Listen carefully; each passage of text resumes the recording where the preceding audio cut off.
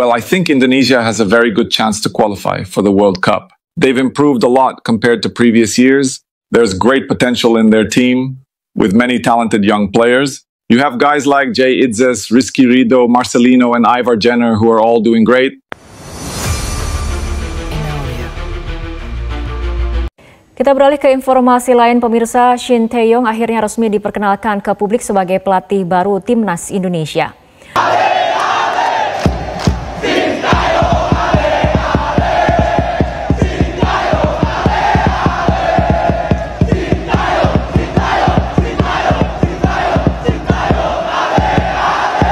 Kita di sini untuk mendukung SBY karena beliau telah menaikkan nama Indonesia di kancah dunia.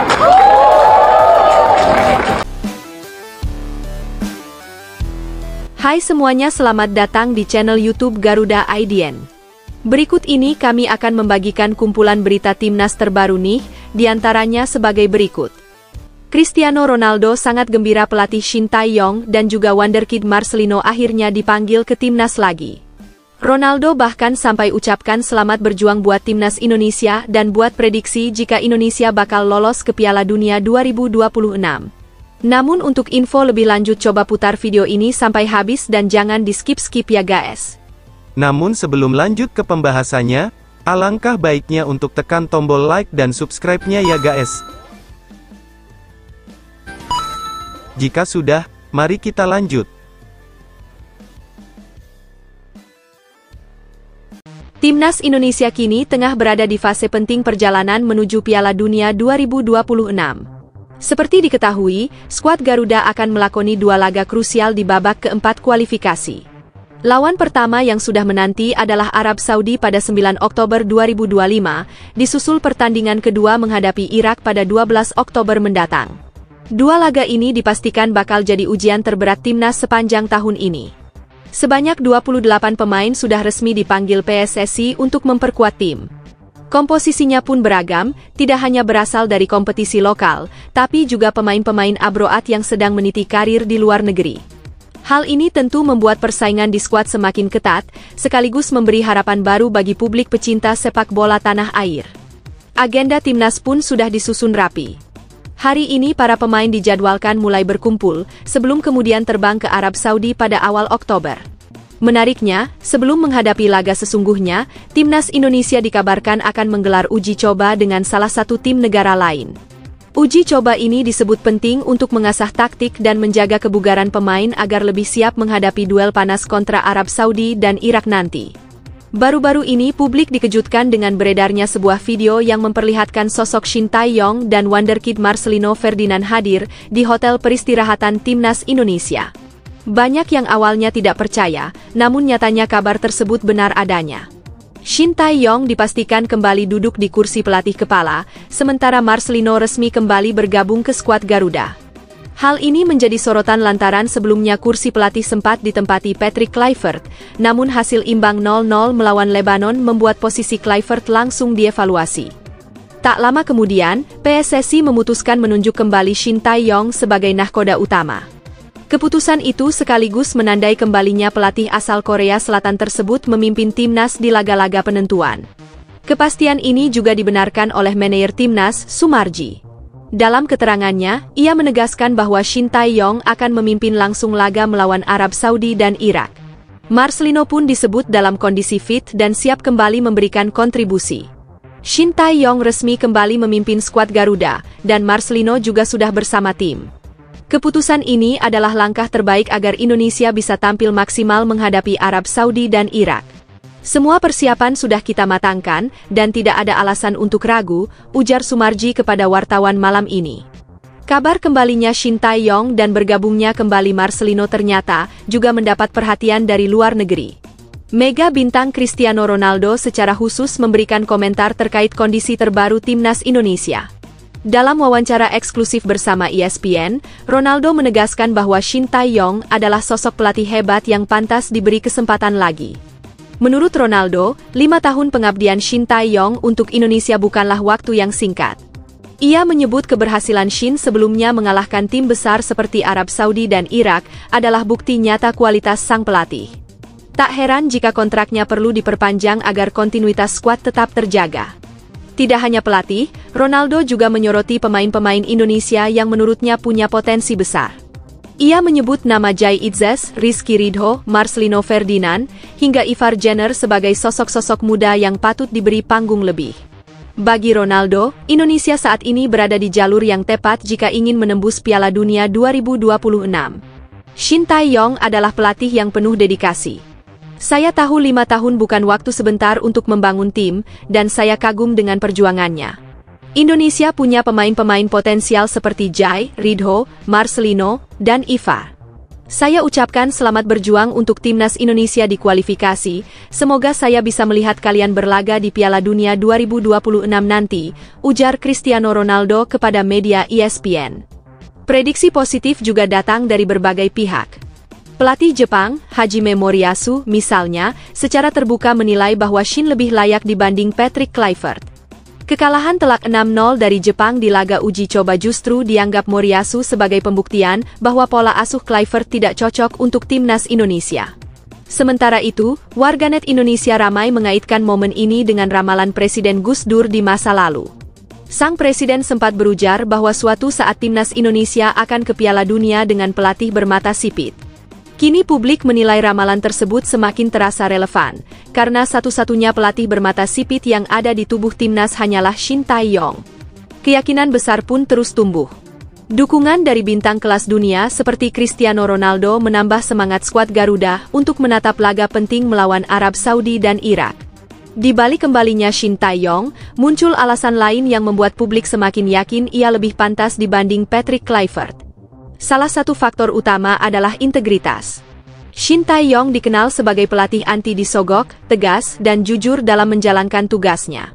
Karakter ini membuatnya dihormati banyak pemain, meski tidak jarang juga menimbulkan kritik dari sejumlah pengamat seperti Towel, Coach Justin, hingga Akmal Marhali. Sebaliknya, rekam jejak Patrick Kluivert kerap dipertanyakan. Ia disebut memiliki masa lalu sebagai mantan penjudi dan terlibat sejumlah kasus kriminal. Bahkan, catatan buruknya saat melatih timnas Curaçao yang akhirnya degradasi membuat banyak netizen meragukan kualitasnya. Kekhawatiran terbesar publik adalah jika Kluivert membawa praktik sogok-menyogok ke dalam tubuh timnas, sesuatu yang bisa menggagalkan langkah Indonesia menuju Piala Dunia 2026. Selain itu, perbedaan waktu pengabdian menjadi pertimbangan lain.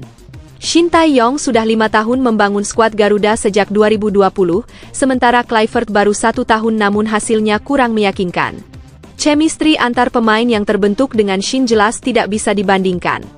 Banyak pihak menilai bahwa mengembalikan Shin adalah pilihan tepat, apalagi laga penentuan melawan Arab Saudi dan Irak sudah semakin dekat. Tak sedikit pula netizen Indonesia yang secara terbuka menyuarakan dukungan kepada Shin Tae-yong. Mereka menilai keputusan PSSI membawa kembali pelatih asal Korea itu adalah langkah cerdas. Saya percaya hanya Shin Tae-yong yang bisa menjaga kejujuran di timnas. Dia pelatih tegas dan tidak pernah kompromi dengan mafia sepak bola, ujar netizen di kolom Instagram PSSI. Kalau Patrick Kluivert masih dipertahankan, mungkin kita sudah hancur sejak awal. Shin sudah lama bangun tim ini, jadi jangan main-main dengan proses yang ada, ujar netizen di kolom Instagram PSSI. Shin Tae-yong itu punya roh juang. Pemain kalau ikut dia jadi disiplin, sementara Kluivert tidak punya jiwa kepemimpinan itu, ujar netizen di kolom Instagram PSSI. Dengan suara bulat dari publik, ditambah kredibilitas Shin yang jauh lebih tinggi, wajar bila mayoritas pendukung timnas merasa lega. Selain dikenal sebagai sosok yang jujur dan disiplin, Shin Tae-yong juga punya keahlian khusus dalam meningkatkan stamina pemain. Latihan keras ala militer Korea yang diterapkannya terbukti mampu membuat para pemain timnas Indonesia sanggup bermain hingga 120 menit tanpa kehilangan fokus. Filosofi ini menjadikan skuad Garuda lebih tangguh ketika harus menghadapi laga-laga penting yang menuntut konsistensi tinggi. Bukan hanya itu, kemampuan taktik Shin juga tidak bisa dipandang sebelah mata. Ia fleksibel dalam menerapkan formasi, mulai dari 3-5-2, 5-3-2, hingga 3-4-3. Salah satu ciri khasnya adalah serangan balik cepat yang sering membuat lawan kelabakan. Selain itu, ia pandai memaksimalkan kelebihan pemain seperti lemparan jauh Arhan Pratama. Menariknya, Shin justru menghindari gaya crossing atau sundulan karena sadar postur pemain Indonesia tidak mendukung. Dengan karakter keras, strategi rapi, dan visi permainan yang jelas, Shin Tae-yong seolah menjadi figur yang mampu menyatukan tim. Jadi, gimana guys? Setuju kan kalau Shin Tae-yong memang lebih pantas kembali pegang kendali timnas Indonesia? Semoga saja keputusan ini benar-benar membawa Garuda terbang tinggi hingga ke Piala Dunia 2026. Mierza Firjatullah tegaskan ambisi lebih besar dari target pelatih jelang Piala Dunia U17 2025 di Qatar.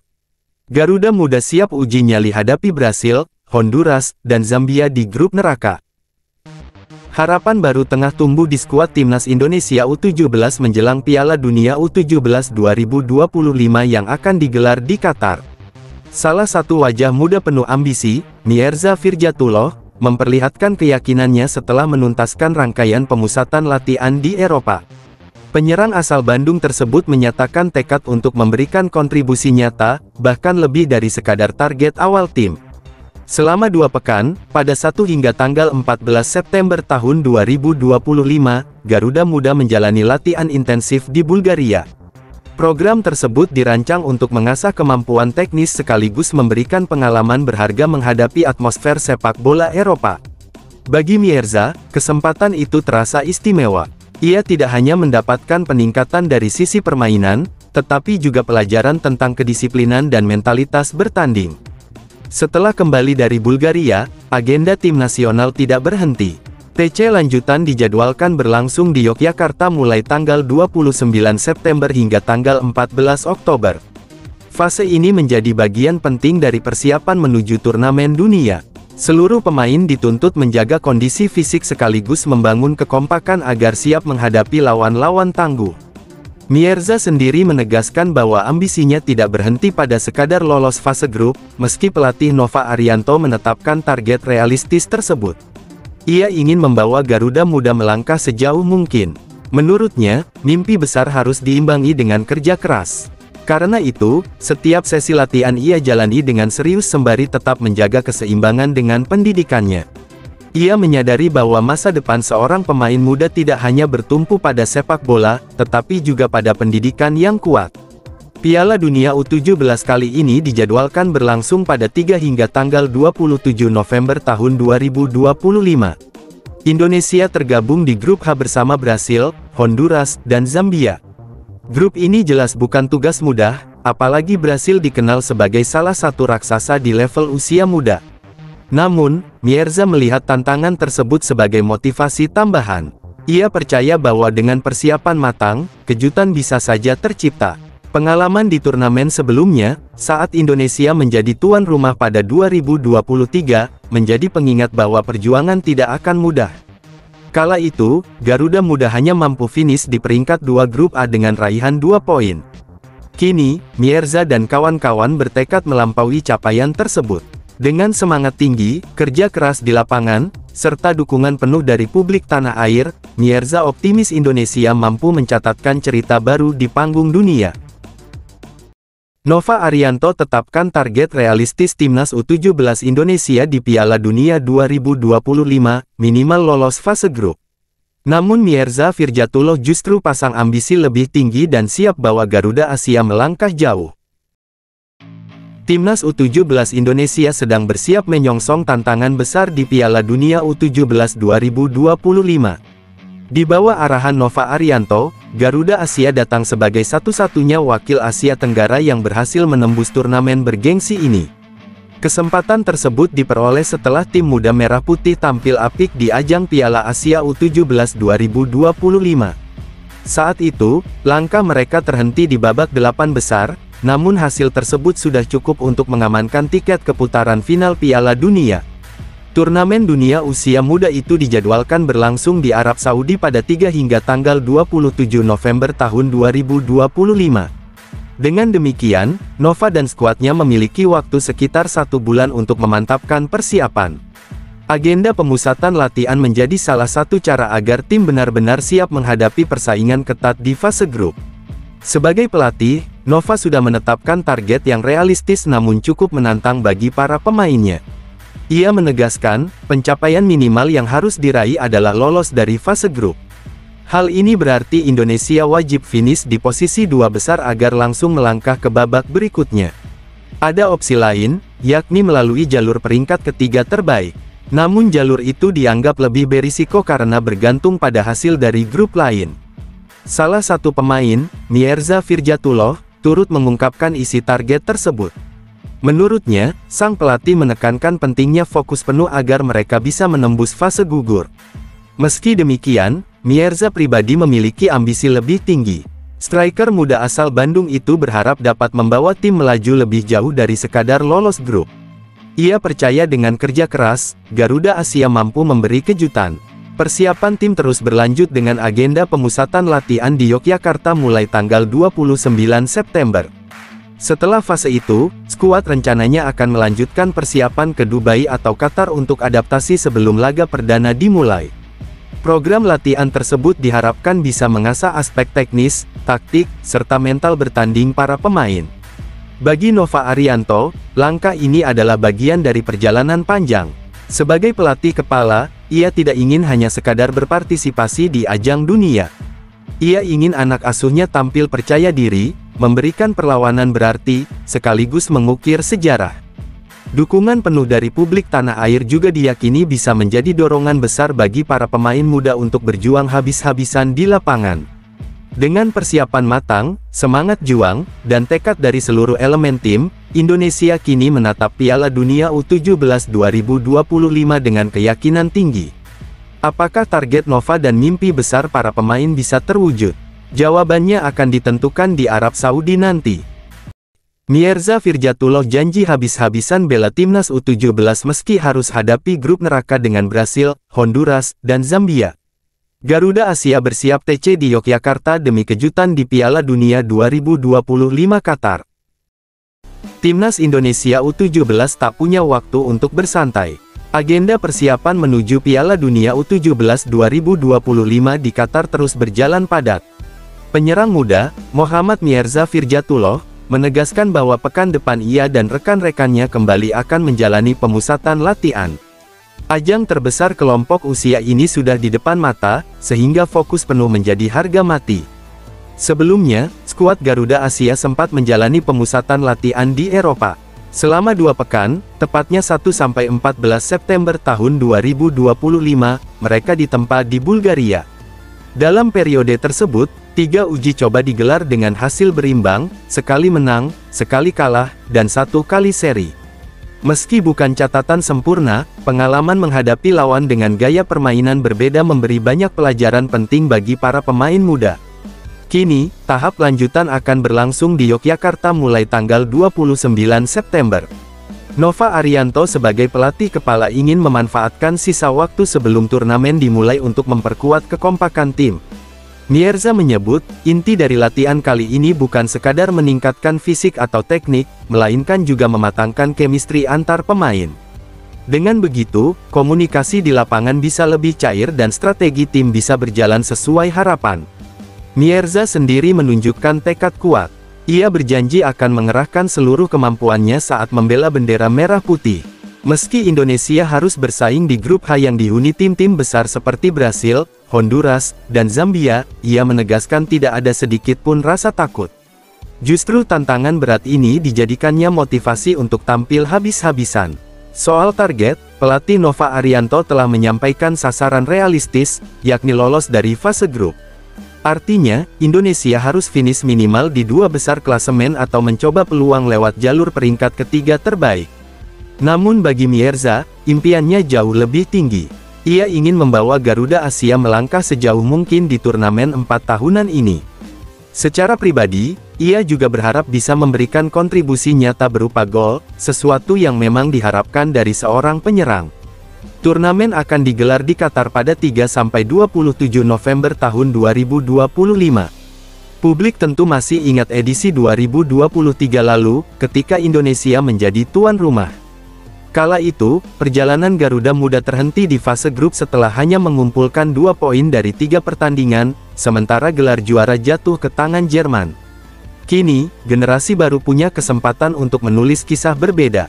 Dengan persiapan matang, kerja keras tanpa henti, serta dukungan penuh dari seluruh masyarakat Indonesia, Mierza dan kawan-kawan optimistis bisa memberi kejutan di panggung dunia. Erick Thohir buka suara soal rangkap jabatan sebagai Menpora sekaligus Ketua Umum PSSI yang menuai kontroversi. Klaim restu FIFA belum dibuktikan dengan surat resmi dan publik masih menunggu transparansi. Erick Thohir kembali jadi sorotan setelah isu rangkap jabatannya ramai diperbincangkan. Saat ini ia tidak hanya menjabat sebagai Menteri Pemuda dan Olahraga, Menpora, tetapi juga masih memegang posisi penting sebagai Ketua Umum PSSI. Kombinasi dua jabatan strategis tersebut menimbulkan pro dan kontra, terutama di kalangan pemerhati olahraga. Menanggapi kritik yang terus muncul, Erick menegaskan bahwa status ganda yang diembannya tidak bertentangan dengan aturan yang berlaku, termasuk regulasi FIFA. Ia mengklaim sudah menerima penjelasan langsung dari Federasi Sepak Bola Dunia terkait posisinya.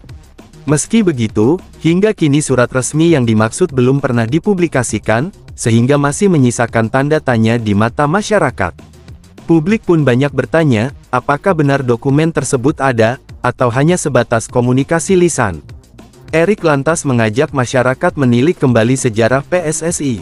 Menurutnya, tidak sedikit ketua umum yang mundur di tengah jalan sebelum periode kepengurusan mereka selesai. Situasi semacam itu justru merugikan dunia sepak bola karena membuat rencana jangka panjang yang sudah dirancang akhirnya tidak berjalan konsisten. Ia menekankan bahwa konsistensi dalam kepemimpinan adalah hal yang sangat penting jika ingin membawa sepak bola Indonesia melangkah lebih maju. Lebih jauh, Erick juga mengklarifikasi prioritas kerjanya. Ia menyebut bahwa posisinya sebagai Menpora adalah tanggung jawab utama yang harus ia emban. Tugasnya bukan hanya mengurus sepak bola, melainkan juga mencakup seluruh cabang olahraga yang ada di Indonesia. Mulai dari pembinaan atlet muda, pengembangan fasilitas olahraga, hingga memastikan program-program nasional berjalan lancar, semua itu menurutnya tetap menjadi fokus utama. Di sisi lain, Erick melihat perannya sebagai Ketua Umum PSSI dapat mendukung langkahnya sebagai Menpora. Ia beranggapan, dengan berada di posisi strategis di dua sisi, ia bisa menyinergikan kebijakan dan meminimalkan hambatan yang biasanya muncul antara pemerintah dan federasi olahraga. Namun, ia juga menyadari bahwa transparansi dan akuntabilitas tetap harus dikedepankan agar tidak menimbulkan kecurigaan publik. Kontroversi ini jelas menempatkan Erick di bawah sorotan. Di satu sisi, ada harapan besar agar rangkap jabatan bisa membawa percepatan perubahan. Di sisi lain, ada kekhawatiran soal potensi benturan kepentingan. Pada akhirnya, masyarakat menunggu bukti nyata apakah Erick mampu menjalankan dua tanggung jawab berat tersebut dengan hasil yang maksimal untuk olahraga Indonesia. Presiden FIFA Gianni Infantino terkesima lihat perjalanan timnas Indonesia yang makin dekat ke Piala Dunia 2026. Garuda siap tempur di Arab Saudi usai rombongan pertama berangkat pada tanggal 1 Oktober tahun 2025. Presiden FIFA, Gianni Infantino, tak bisa menyembunyikan rasa kagumnya terhadap perkembangan sepak bola Indonesia. Menurutnya, langkah timnas Garuda di kualifikasi Piala Dunia 2026 adalah sesuatu yang melampaui ekspektasi banyak pihak. Dari awal, nyaris tak ada yang berani memprediksi Indonesia akan bertahan sejauh ini. Kini, dengan posisi yang begitu dekat dengan putaran final, jalan menuju panggung terbesar sepak bola dunia terasa semakin nyata. Infantino menilai, fase keempat kualifikasi zona Asia akan menjadi ajang bersejarah, bukan hanya untuk Indonesia, tetapi juga untuk seluruh penggemar sepak bola di kawasan. Ia menekankan bahwa pencapaian Indonesia hingga tahap ini sudah menjadi cerita inspiratif. Namun, yang lebih penting adalah bagaimana skuad Garuda memanfaatkan momentum untuk mengukir sejarah baru, yakni melaju ke Piala Dunia untuk pertama kalinya. Ucapan Infantino tentu membawa semangat tersendiri bagi para pemain dan pendukung. Harapannya jelas, Indonesia mampu tampil maksimal di setiap laga, menjaga konsistensi permainan, dan pada akhirnya merebut tiket ke Amerika Serikat, Kanada, dan Meksiko tahun depan. Dukungan dari FIFA pun menjadi sinyal bahwa kiprah Indonesia kini mendapat perhatian dunia. Sementara itu, dari dalam negeri, PSSI melalui anggota Komite Eksekutif, Arya Sinulinga, turut membagikan informasi mengenai rencana keberangkatan skuad Garuda. Menurutnya, tim akan berangkat ke Arab Saudi secara bertahap untuk menyesuaikan jadwal klub masing-masing pemain.